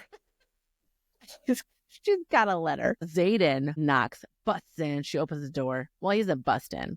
He's like I could just see him like all sweat and just like pounding on the door and like he's white knuckling it on the frame of the doorway. His head's down. Do you love him? Zayden, calm the fuck I'd be like, down. Wait, what? Who? Huh? What? I know, right? We talking. She's like, do I love who? Halden, of course, I know what he was thinking. I picked up a lot of stuff that he was thinking. And she's like, what? That's not how you're saying it works. What? Do you love him? Shit, he's jealous. Oh, he's jealous. Meanwhile, let's note that he comes in. He's soaking wet. Yeah. Soaking wet. He's cold as shit. Like he's been standing outside for a long time. Like he comes in. Do you love him? I love jealous Zayden. Like I love jealous Zayden. I wish someone would do that from me. Can my husband do that? Do you love him? I fucking talked to the guy. I asked him for a drink at the bar. Jesus, no. But I would really like that. Just like once or twice. You know, I might tell him that. Okay. She's like, oh my God. Okay, calm down. She takes his hand, puts it on her heart. She's like, this is yours. This is yours. You could leave or even meet Malik, and this would still be yours. I made my peace with knowing there is no getting over you. And they're just like, it makes that faster than I realized. My ass is in the air is what she says. So, and then there's the part like he's like slams her against the wall where he's like, he's got his shadows like binding her hands shadows binding her arms up. Like, I was like, okay. Okay. Yeah. Keep going. She's like, I'm here for it. What else can your shadows do? It's what she said that earlier. What else can shadows do? And so it's like they get to a point where like they're super hot, they're kissing, and he's like, "That's right. This is the line. This is where I have to draw it. Stop. You have to distract me. You have to distract me. I can't, or else I'll lose control." And she's like, I got a letter from my dad. Cold water. So he tells her about her dad, and she's like, okay, so you think you need to go down south? He's like, yeah, I need to go down south. Yeah, we need to go down south. We need to go to the Southern Isles. Stop it. So, Quit Squad. Cold water, Sam. Quit Squad. They have a first Quit Squad outing. Keep drinking my wine. Do it. This is delicious, by the way. Intrinsic was the best choice. Yeah. Next week, we have another Intrinsic. We have the Intrinsic Cabernet Sauvignon that we'll be tasting next week. I'm excited to join about us in that merry little adventure. Quit Squad. They have their Quit Squad outing. So she notes when they fly outside of the wards, past Samara, she feels like she can pluck magic threads from the sky and like weave them. Taryn's like, there's less power thanks to the venom, but you grow more powerful every day. She's like, interesting. Maybe that's why I can weave things together. Also, side note, I don't think you read Discovery of Witches. Did you? I did not read it. I watched it. So she did Discovery weave of Witches. Her magic. Diana is a weaver in which she can pluck strands of magic and weave them together into a rune type shape to make a spell. I like that. Coincidence? Well, she did say that she took different aspects from different things to create her story. So I wouldn't put that past her. I do really like that. Where that goes is remain to be seen, but we shall find out. But Taryn says you grow more powerful, so that's not weird. And Darna again says how she was able to burn Benin with her fire breath. And Taryn's like, you know what? Your fire breath, it's always burns hottest the first one you have. So that's probably what it is. Don't worry about it. She's like, okay, well, I'm just saying. I probably killed it with my fire. And then she's like, Violet's like, go hide, go by. She's like, okay, she's out of range. And then we found out that once they're separated, Rider and Dragon, that they really can only be separated for around, is it a maximum of 12 hours or is it like an average of 12 hours? I think it's like around 12 hours when they start to feel the pain. So they start feeling pain from being separated. And I think if they were separated too long, they could die. We don't know. Possibly. I don't know. We don't know. We don't know. So at this point, they arrive. She wants her to be safe. She's like, bye. They arrive in Inca, right? So this is the town where she needs to go get that gem to give King Cortland.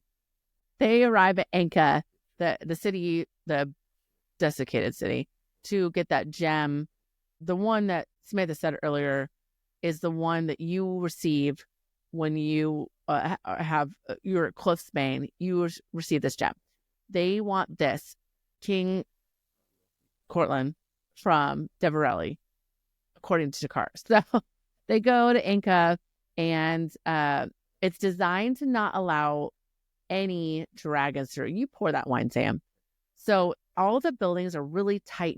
So what I think of this town is a smaller version of King's Landing. If you have watched Game of Thrones, it's all of these little buildings up next to each other, like a normal city. Whatever, you can't fit a dragon in there, and it's for that reason. So dragons they drop them, and they're like, hey, we'll reconvene over here in this courtyard or this area that you can come when you're done, and we'll mount and we'll peace out. So let us know when you're ready, and we'll come and pick you up.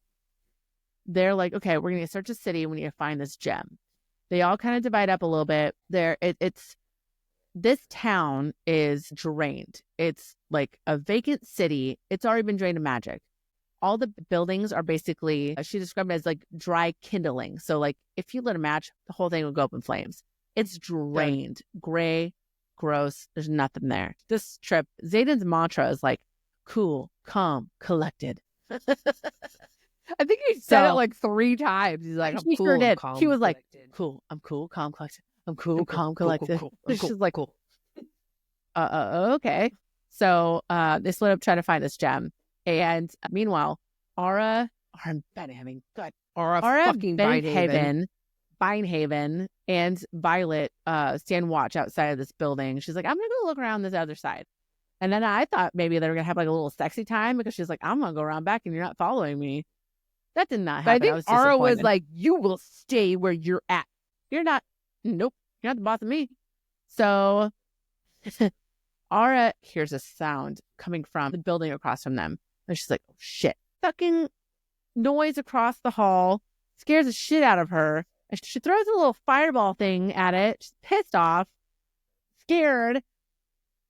It's fucking Professor / Captain Grady coming out. She fucking lights the guy on fire. And they're like, oh, shit. They're trying to like help him. And he's just like, like he is not. He's dead. She would not do well. Dead. Like in any type of like haunted house situation. Like, how did she even survive to now? The Ghost Adventures team would eat her for breakfast. Stupid bitch. So Grady's dead, burnt to a crisp. They try to help him. It's like, he's gone. She's like, son of a bitch. All right, you dumb bitch. The fire catches. She's freaking out. Fire catches from building to building to building to building. The whole fucking town goes up in flame. And they're like, shit, we got to get out of here or we're going to die. They're running. Meanwhile, Mira grabs the gem. She finds it, so that's good. They're running. Tyrion, dragons, come get me. Okay, Mina's right over here.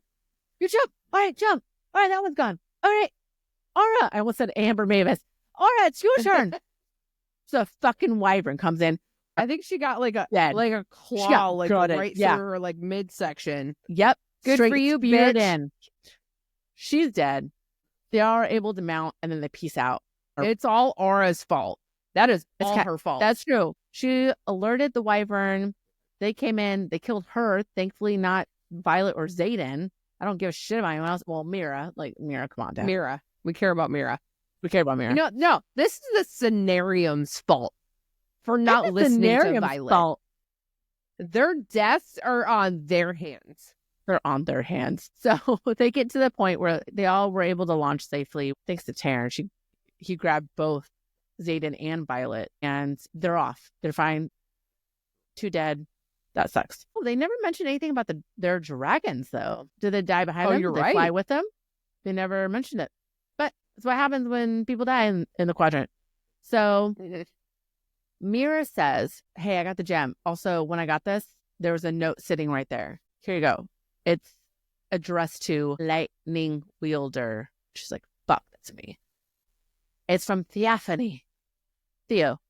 Or Theophany. If I want you to come at your own free will, but I'm capable of taking you whenever, is what she says. She knew they were there. She knew she was coming for this. Why wasn't she there if she knew? That's my Okay, other question. so my question is, do venin have some sort of like precognition? They have some shit. And apparently in the dreams, they can do that. They're fucking more powerful than we realize they are. But I thought there was like a scene in either like the battle scene in Ressin or Iron Flame where it says something like they share like a collective conscience or something. Ooh. Shit, I need to go reread. Again. Yeah. Well, so far that we know, the higher-ups are the ones that have been able to get into like dreams and shit like that. Like the I'm sage thinking- or the maven level. Right. And it might not even just Okay. be that level. There's got to be more of them. So I'm wondering if it's just those that have, maybe now that we know they have signets, the ones that have those type of signets can enter into the subconscious. Because if we know now they have signets and we have one that has precognition, they can do that, or the dream state can do that as well. So But do it better. Theophany knew she would be at Anka, knew she would be at Newhall. Mm-hmm. So she knew that Violet was going to be at these two locations. Newhall. But I guess like my question is, she knew she was going to be at Newhall and kind of like drew her there and they met in person. Why did she not show up in person at Anka? That was my question as well. But there were wyverns in the area. Maybe she wants to get the point across. I think she wants to get the point across because I don't think any of the people there threaten her, because the only strongest person there is Xaden. Yeah, so as far as we know, at Newhall, no one is venin, so they shouldn't be able to sense anybody. And then as far as we know, at Anka, no one is venin, so they shouldn't be able to sense anybody. So is it precognition, or is she being fed information? Is she luring her into these traps? Does she give Takaris information? Well, she didn't to tell her to come I don't here? think she lured to Anka, but she knew she was going to be there. In Iron Flame, we had the dreams that Violet had, but it was with a different sage. It was a different person in a different scenario. Completely different scenario. That was like the burned field or whatever that I always thought was like the Barrens. Like I always thought like she was having this dream in the Barrens. Like, and then the dream that she had was completely different. It was she's in a burning bedroom with Kat trying to like find a picture of people that she doesn't know. And she's trying to get out of the situation. And then it turns out like it's like the next day, like Newhall is burning, like it's on fire. And we find out that Marin's parents live there. Right. So was this some sort of, did this person, like did Theophany plant this vision to get her to come there? We don't know. Guess we'll figure it out. Right. So we get to the part where maybe we think that she can sense Xaden there and assume Violet will also be there. Well, yeah, Xaden was there. And Anka, yeah. But she would have already known. The thing is, she left a letter. So there's something there on that note. So she knew they were coming. She knew it was coming. It's not that you sent someone there. She knew they were coming. So I think it's either precognition or Takaris. Like someone yeah. I don't fully trust someone's Jeff Goldblum. feeding Jeff Goldblum. I don't fully trust him. But I still think fucking Atos. I still don't trust Atos. Well, I know, Dean, but like Daddy Atos. Fair. After this, they make another visit to Jack fucking Barlow. And he says something about the ASAM initiative progression. So you can do a little at a time. He says like channeling is easy as breathing, actually. But he's not going to give up his sage's name. Does he even know the name of a sage? I feel like he's probably like met him one time. How do you even meet him, number one? Number two, he's been at Besketh like almost the entire time. Yeah, he's like not giving up like how he turned or when he turned or like who like helped him.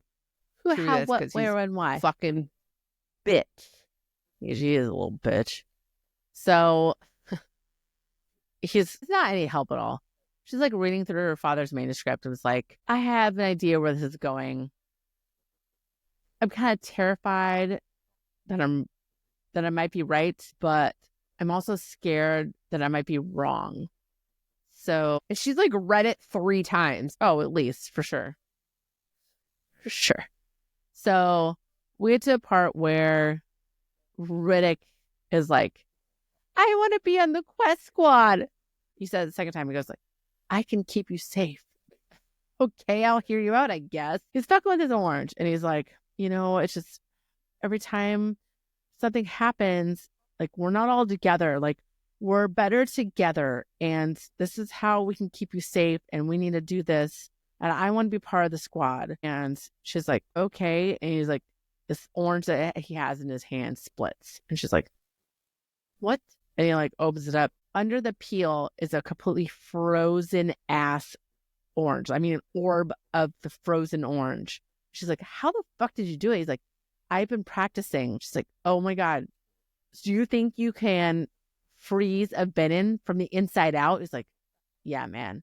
Yeah. She's like, you're on the squad. He's like, yes, squad. On the squad. Quit squad. This is the first time that we see him that serious. And I fucking love it. So Riddick is now on the quest squad. Squad. Quest squad. All right. So we're back at the scenarium. We have a Cordella, a.k.a. Drake, which I think is Kat's cousin, opens the door. And she's bringing like Riddick in with her. And they have new members that they've outlined to replace the squad. And fucking Markham is there. Fucking Markham. They hand her these orders. And part of it is that Markham wants to research Arisha. Okay, in case you forgot who Markham was. Markham is in charge of the scribes from... Yeah, he's the curator of the scribe quadrant. Yeah. So she's got these orders. She's looking at it. And it's like, here's your new squad. Blah, blah, blah. Markham's going to be like going and researching Arisha. And Homegirl's just like rips it in half. And she's like, no to your commander. No to your selections. No to researching Arisha. Oh my God. Number 1, you fucking go, girl. Number 2, is she about to get fucking killed? And Zayden's over there like all hot and bothered. He's like, I love it when you take control. Oh, yeah, girl. Yes. Stop. She's like, no, we tried it your way. If we're going to go with the squad of my choosing. And then like throws like the ripped shards over to Prince Halden. And is like, that is not my plan. That is not my squad. And then you got Markham over here starting to pipe up. And he is like, searching Arisha is the only next logical step. And Violet's all like, you don't speak. You do not speak. You have the credibility of a drunkard and the integrity of a rat. Losing my ever-loving queen mind. Yes, queen. Queen. About time. And I think that she was going to go and be a scribe under this motherfucker who's been hiding shit. Tell me more. Love this Violet. Love this Violet. It's a good Violet. It's a good Violet. You do not speak. You. I was like, do not speak. Girl, I can just see her like there's like a U-shaped table, and she walks in the middle. And she's like, you do not speak. And then goes on. She's like, and you. She's the only one. She's like, she's the only one that can say them. You want to live? I gotta fucking do this. Yeah. She's like, you dare complain about missing 6. Again, there's the magic number 6. Oh my God, 6 years. 6 years of information on Arisha. When you have hidden centuries of our continent's history from public knowledge. You go, girl. Go. 6 years. I was like, God. she essentially just like fucking bitch slapped him with words. In front of people. Everybody. All the nobles of all the provinces, she bitch slapped him with words. So she's like, no, this is my squad. This is who's going. Zayden's going. Squad. Squad. And then of course, like, Atos is like, hell no. And she's like, I will take whoever I want. And then he keeps pushing. He's like, well, Zayden's a professor and he can't leave. And she's like, Zayden will be going. And Zayden's like, I'm going. I'm not a professor and anymore. He's like, I ask permission of one person. And of course, Halden's like, well, I speak for the king. And he's like, right, because that's who I answer to. No. He answers to Vi. That's it. He answers to Violet only. That girl right there, that's the only girl I answer to. Finito, that is it. The end. And done. Done. So she got her quest squad. So she got Dane. She got Zayden. She got Merrick. She got Riddick. She got Kat, Drake, and Captain Anna Windshire because, like, fucking Halden has to go, which is just stupid. And they're heading Halden's in 2 guard. days. Yeah. The captain of the guard, who apparently I think they're in some sort of relationship, which is kind of weird. But hopefully she knows that he cheats. So, maybe. Whatever. So, 2 days, they go to Deverelli. So, that is the recap from the first third of this book. There is a lot of information in this novel. Thank you, Rebecca Yarros. Quest Squad. There are, at this point, we know a few things. Papa Sorengale, Papa Asher Sorengale. So we know Papa Sorengale's name. It is Asher Sorengale. Asher. He has Feathertail research that Violet has now obtained. This is one of our theories that she was going to be able to get his Feathertail research. Mm-hmm. I think we all thought it was in the archives because the way that, like, Fourth Wing Iron Flame was written. She should have gotten it when she was emptying out her mom's stuff. Why didn't she think about it then? But we don't know if her emptying out her mom's stuff was in her office or in the personal quarters. That's true. Or if it was searched or whatever. Right. If it was just like, here's your mom's shit, go burn it. You know what I mean? Because they're supposed to burn everything for Malik. And no one knew about this hidden compartment in the personal quarters. I find it interesting that her father's research, was telling her to head to Deverelli in the Isle Kingdoms. I think we knew in our theories, they were like, okay, well, she's gonna go out. One of the places that we thought that she was gonna head was the Isle Kingdoms. Right. And then based on what was left for Violet, it is apparent that at some point Asher has been to the Isle Kingdoms, but we do not know when. We do not know when he visited the Isle Kingdoms. He obviously knows someone in Deverelli named Narelle that he is directed to Violet go see. We also have confirmed that the marked ones have second signets, which was another one of our theories. Garrett can wield wind and can distance walk. So he is a distance walker or a distance wielder, however you want to say it. Theophany called him a walker. So he can walk long distances in a very short amount of space or whatever. Teleport. Violet was questioning Zayden about his second signet. I think one of the things she brought up was distance wielding because of his ability to get from one place to another in very quick times, but then like squash that in her head. Violet is a grade A boss bitch badass in this book. She is. I will die on that hill. She is not fucking around at all. She is taking names, she is writing them down, and she's gonna fuck you up. That's what's happening in this book. It's her having a direct path to where she's trying to go and executing it, because that's how she was in Fourth Wing. She's like, I will not die. I will get the threshing. I will do this and I will graduate. things only got weird and muddly when that got complicated. And she's like, I don't know what to do. But we have seen she will overcome stuff like this. And she's like, she has to have what she is going towards in order to excel at what she's doing, which is right now she has goals. It's a goal. If she doesn't have a goal, she's not. Like, to me, I get that her life was turned upside down because she relied on knowledge and facts. So all of that got turned upside down in Iron Flame. Like, I get that piece of it. She was so fucking whiny in Iron Flame.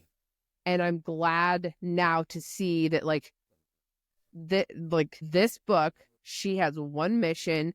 She has, like, a steely resolve of this is her goal, and nothing is going to stand in her way at all. Agreed. And she is like, agreed. Fuck you. This is what's going to happen. Stand in my fucking way. Yeah. Mm-mm. Yeah.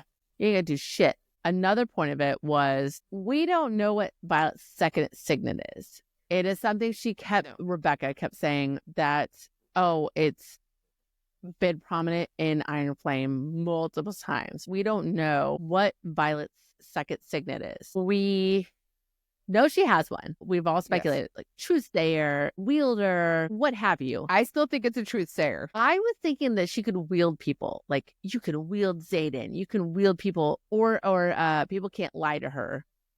Not just truthsayer, but people can't lie to her.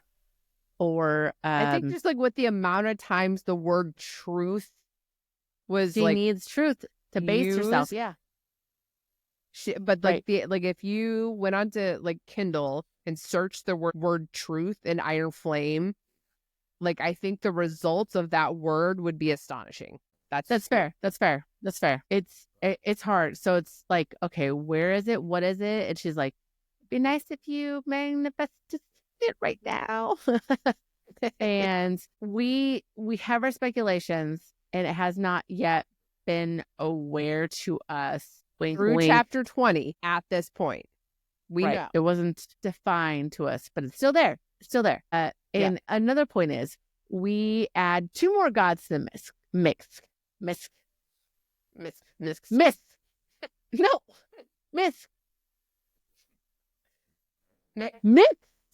Shit. To miss.